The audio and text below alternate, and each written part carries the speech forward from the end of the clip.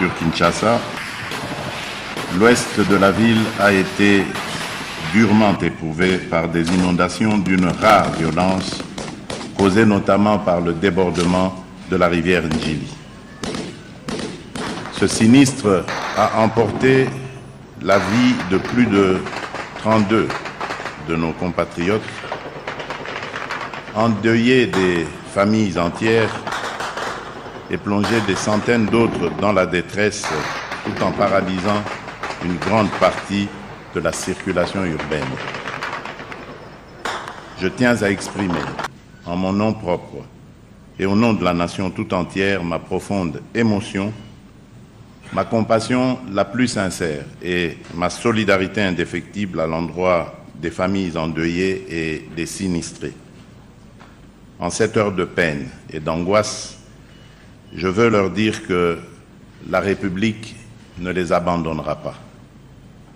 Je tiendrai très bientôt personnellement une réunion de crise avec les membres du gouvernement central et les autorités de la ville-province de Kinshasa afin d'évaluer l'ampleur de la situation et de prendre sans délai les mesures d'urgence qui s'imposent. Rien ne sera négligé pour soulager les souffrances, protéger les vies et prévenir de nouvelles tragédies. Je voudrais vous demander de vous lever, s'il vous plaît, et d'observer un moment de recueillement en mémoire de ces victimes.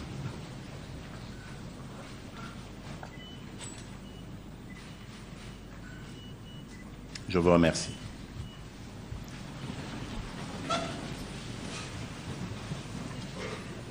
Honorable Président du Sénat,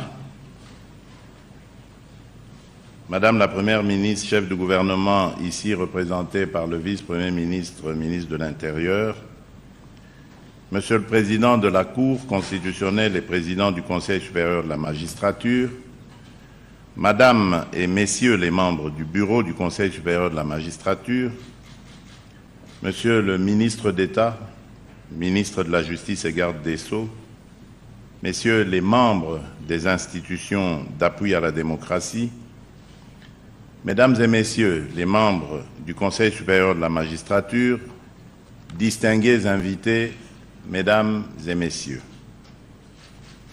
en ce jour solennel, je m'adresse à vous en ma qualité de magistrat suprême, animé par le devoir et la responsabilité avec gravité mais aussi avec espoir. Espoir que cette session de l'Assemblée générale du Conseil supérieur de la magistrature soit une étape déterminante dans notre combat commun pour une justice équitable, intègre et indépendante. Le 15 juillet 2023, à l'occasion de la clôture de la formation de la première promotion de nouveaux magistrats, j'exprimais ma profonde préoccupation face à l'état de notre justice. Depuis mon accession à la magistrature suprême, j'ai toujours affirmé ma conviction que la justice est le pilier central de notre État de droit. Une justice indépendante, efficace, protectrice des droits humains et rassurante pour tous. Notre pays traverse une période critique. Aujourd'hui, plus que jamais, la justice est appelée à jouer pleinement son rôle de protecteur. Les Saintes Écritures, dans leur livre des Proverbes, nous enseignent que la justice élève une nation. Cette vérité, c'est avec cette foi en la noblesse de votre mission que je vous appelle une fois de plus à renaître, mais beaucoup plus à redonner espoir, à réaffirmer avec courage et fermeté votre rôle, à réaffirmer avec courage et fermeté votre rôle de sentinelle de la République.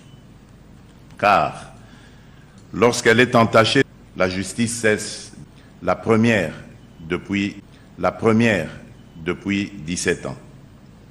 Elle symbolise de dominer par des sessions extraordinaires. Je voudrais 17 ans. Elle symbolise de dominer par des sessions extraordinaires. Je voudrais à cette occasion féliciter le bureau du Conseil supérieur de la magistrature ainsi que sanctionne toute atteinte aux droits fondamentaux de nos concitoyens. Dans un contexte marqué par les blessures profondes laissées par les conflits, notre peuple exige, avec force et légitimité, la vérité, la justice, l'équité et la réparation. Mesdames et messieurs de l'appareil judiciaire, la République vous regarde. Elle attend de vous des actes clairs, des choix courageux, même s'ils sont parfois impopulaires, des décisions porteuses d'une rigueur morale et professionnelle irréprochable. Il vous revient de faire triompher à travers vos délibérations l'exigence d'une justice fondée sur la compétence, l'intégrité et l'efficacité. Il en va aussi du climat des affaires, moteur de tout développement.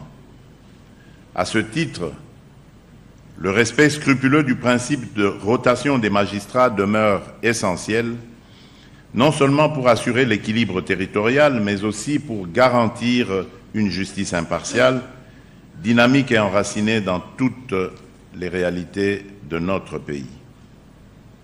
En effet, face à l'immensité de notre territoire et au défi d'un effectif encore insuffisant, j'ai initié le recrutement de 5000 magistrats civils et militaires. Le deuxième groupe a été nommé par mes ordonnances d'organisation judiciaire du 28 mars dernier. Il s'agit là d'une avancée majeure pour renforcer notre présence judiciaire sur tout le territoire national. Cependant, renforcer les effectifs ne suffit pas. Il faut également améliorer les conditions sociales des magistrats. J'ai veillé à ce que le gouvernement travaille étroitement avec le Conseil supérieur de la magistrature pour doter ce pouvoir de moyens nécessaires, fonctionnement effectif des chambres disciplinaires, indemnités de mutation, primes de brousse, prise en charge médicale et funéraire. Aujourd'hui, je me réjouis de constater que l'assurance santé pour les magistrats est devenue une réalité.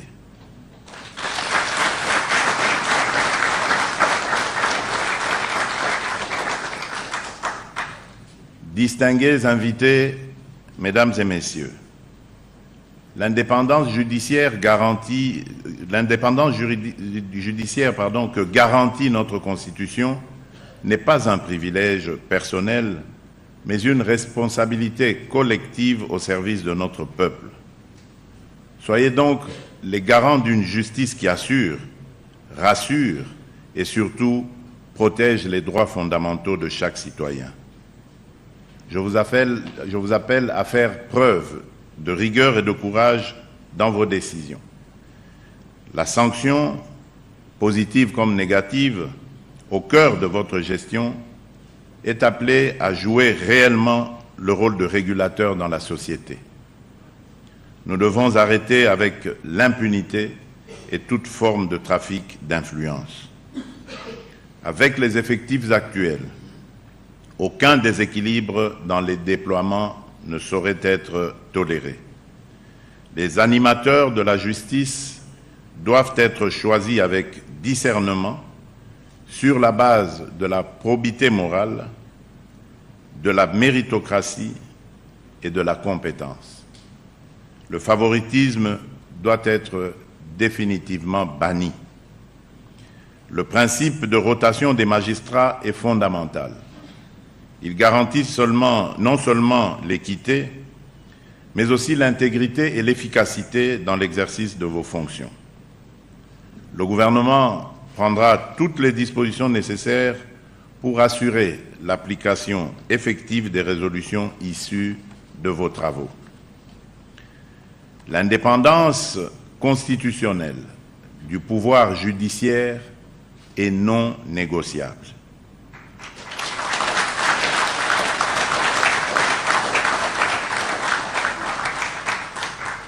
En tant que garant du bon fonctionnement des institutions, je veillerai personnellement à la préservation de cette indépendance.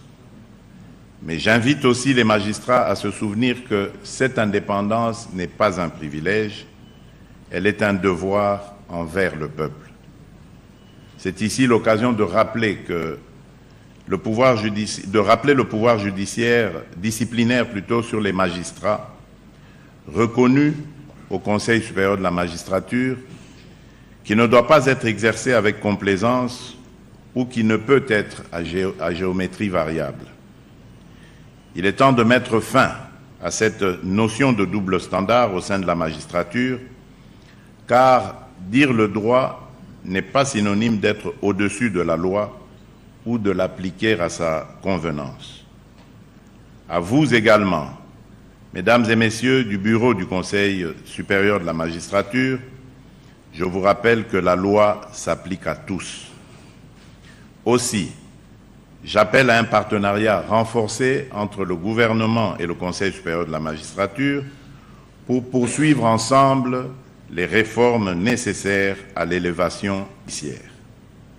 J'ai foi en votre engagement. J'ai foi en votre capacité à faire renaître notre justice. Que ces assises marquent le point de départ d'une ère nouvelle, celle d'une justice digne, forte et impartiale. Sur ce, je déclare ouverte la session ordinaire de l'Assemblée générale du Conseil supérieur de la magistrature. Que vive le pouvoir judiciaire, que Dieu bénisse la République démocratique du Congo et son peuple. Je vous remercie.